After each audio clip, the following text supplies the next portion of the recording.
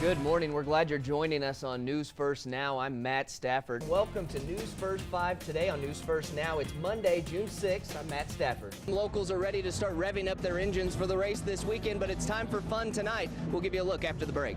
McClellan was originally facing that first-degree murder charge, but today, after 8 hours of deliberation, the jury decided to go with the lesser charge. Rob, we've received bits and pieces of information from police today, but the bottom line is they're still trying to figure out what happened, and that may take some time. Tonight, though, we're hearing first-hand accounts from police during this horrifying incident. 110 firefighters as well as 9 air tankers are here fighting these 2 fires on the Pinyon Canyon maneuvering site. Now, this is where crews are stationing before they head in to fight the blaze, and smoke is still coming up in heavy plumes out in the distance. It was just last weekend we reported on 2 deadly motorcycle crashes in Colorado Springs. This weekend, there's another. We now know the Air Force Academy professor who was killed in Afghanistan Wednesday was among 9 Americans murdered by an Afghan pilot in Kabul.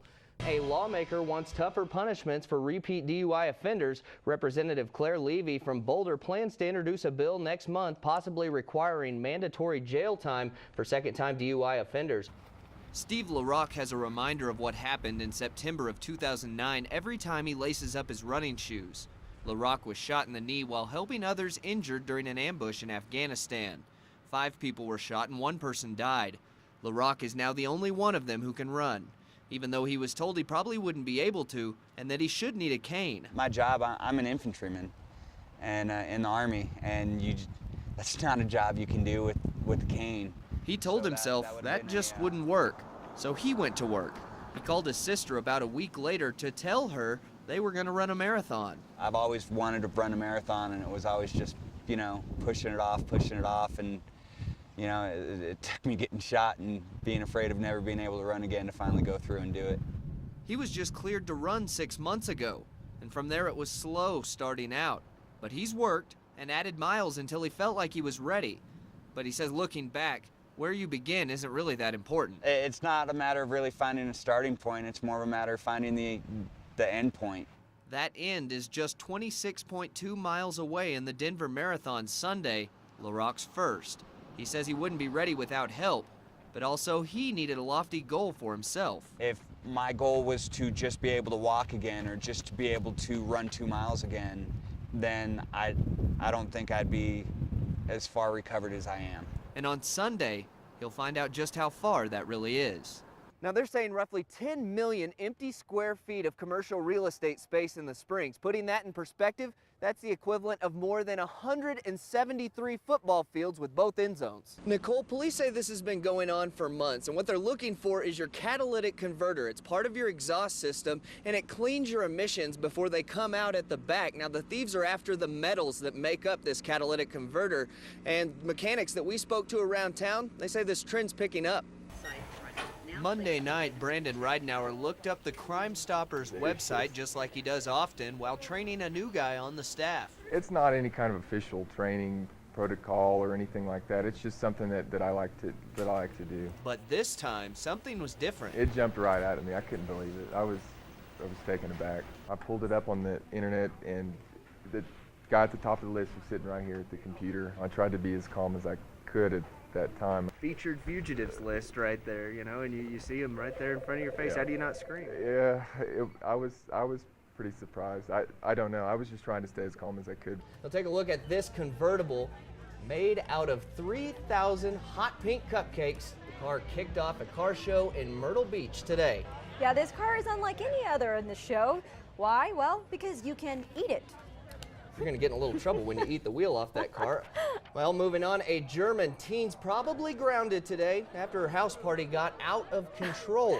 Wow, okay, you can see why. The 15-year-old marked her 15th birthday party, a public event on Facebook. And well, she ended up with a whole neighborhood full of people. About 1,600 people, as a matter of fact, and a lot of police. They showed up before she canceled the party.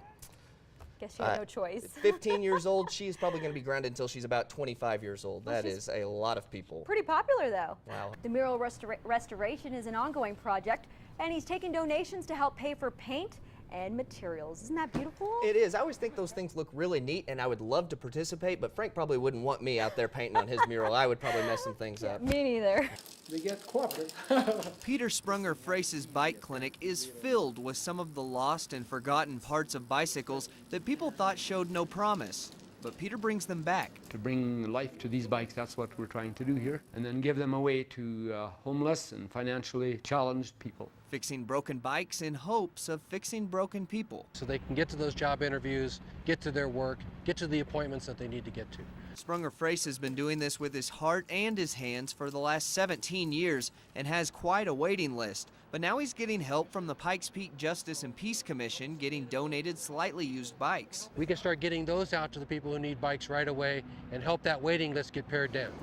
John Smith is homeless. He relies on his bike for a lot. It's my lifeline. Without that bike, I wouldn't be able to go to work. Smith says he's heard about the free bike program and likes it.